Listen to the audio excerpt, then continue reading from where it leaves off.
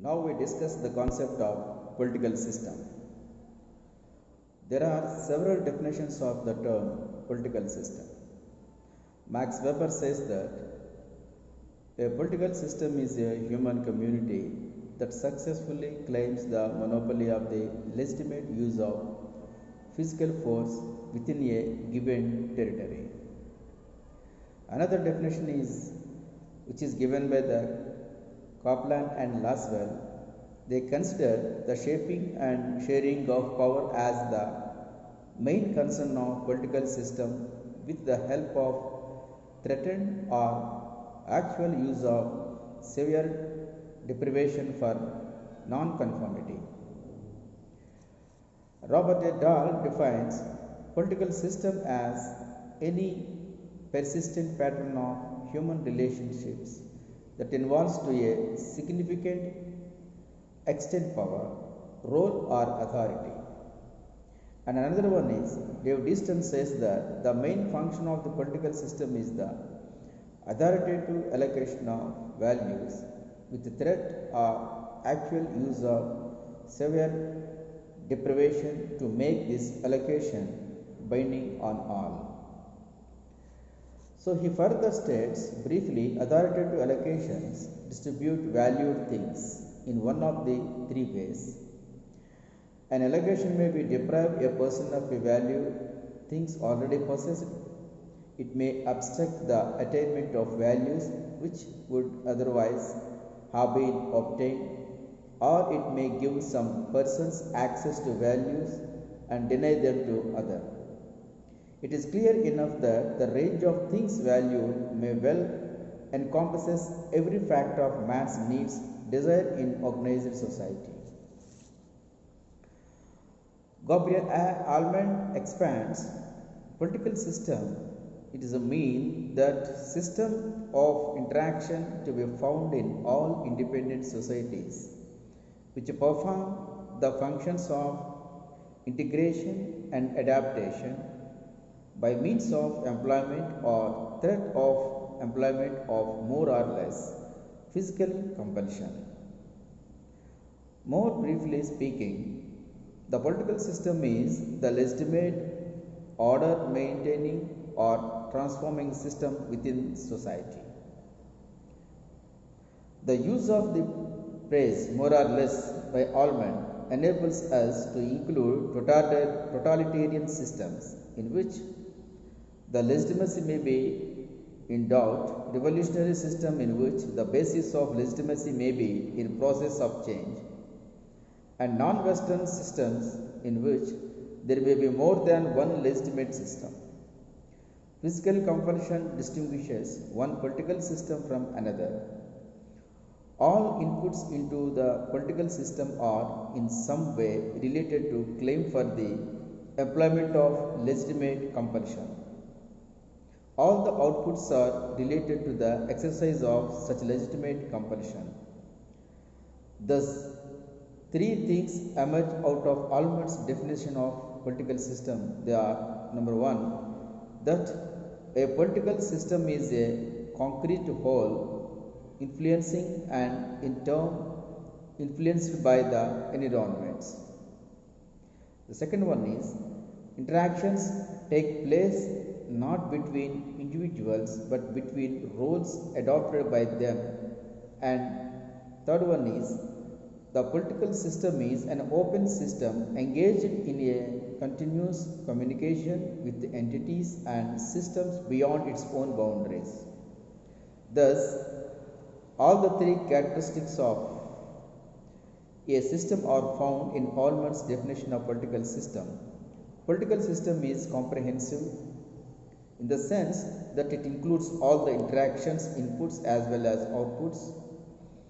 And second one, it is interdependent in the sense that various subsets of political systems are so closely associated with each other that a change in one subset produces a change in all the subsets, and there is boundary or demarcation between one political system and another.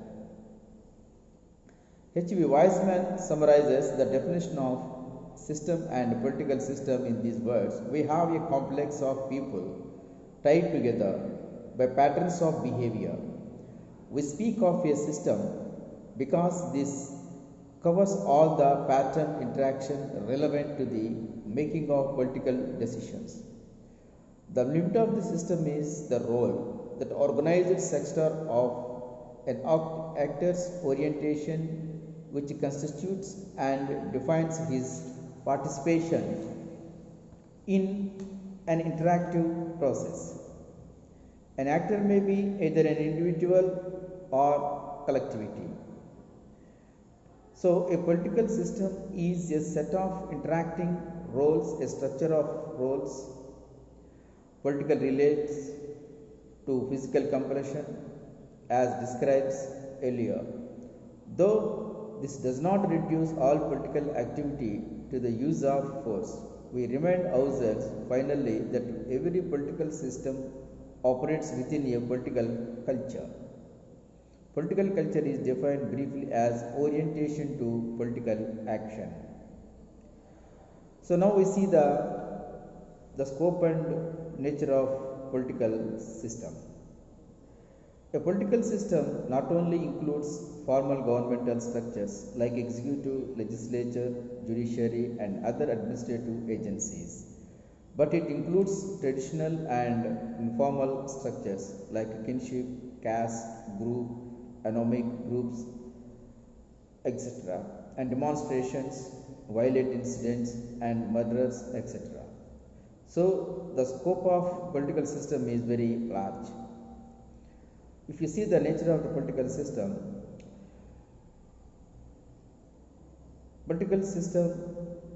so defined in different ways by different political scientists, but they all agree on one point that in one way or the other, the political system is related to the proper use of power. A political system is actually that which includes all legal, formal, informal, social and political elements in a society.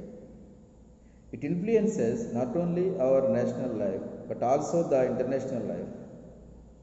According to Almond and Powell, the political system includes not only governmental institutions such as legislatures, judiciary, and administrative agencies, but all structures in their political aspects.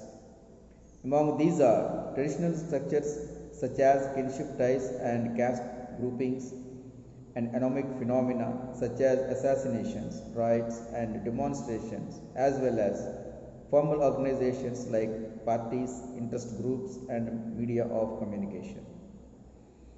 That way, political system is concerned with all these things, activities and institutions which in one way or the other influence our political life. Political system concerns itself not only with the making and executing the laws, but also with actually getting them obeyed by the use of force.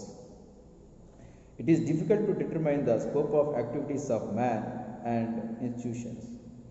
An individual is playing a religious role when he is in a temple or a church, but the next moment he plays a political role when he goes to cast his vote. So individuals and institutions keep on crossing their boundaries while performing their different functions.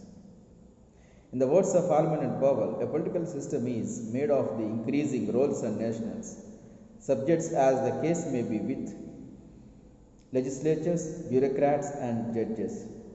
The same individuals who perform roles in the political systems perform roles in other social systems such as the economy, the religious community, the family and voluntary organizations.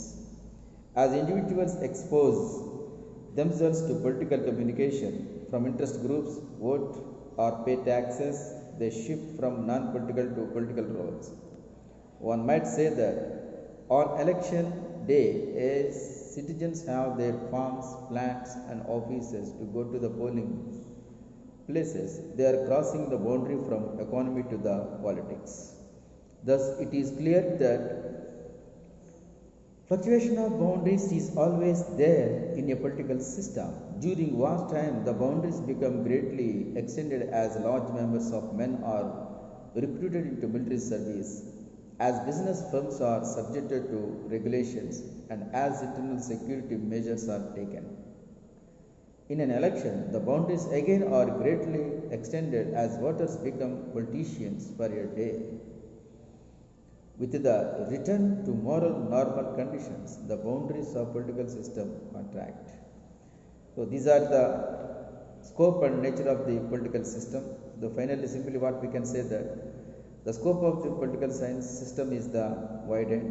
It is comprehensive. It covers all formal and non-formal institutions and everything also. And nature means the political system covers, includes local, national and international systems also, things also. So this is the scope and nature of the political system. Thank you.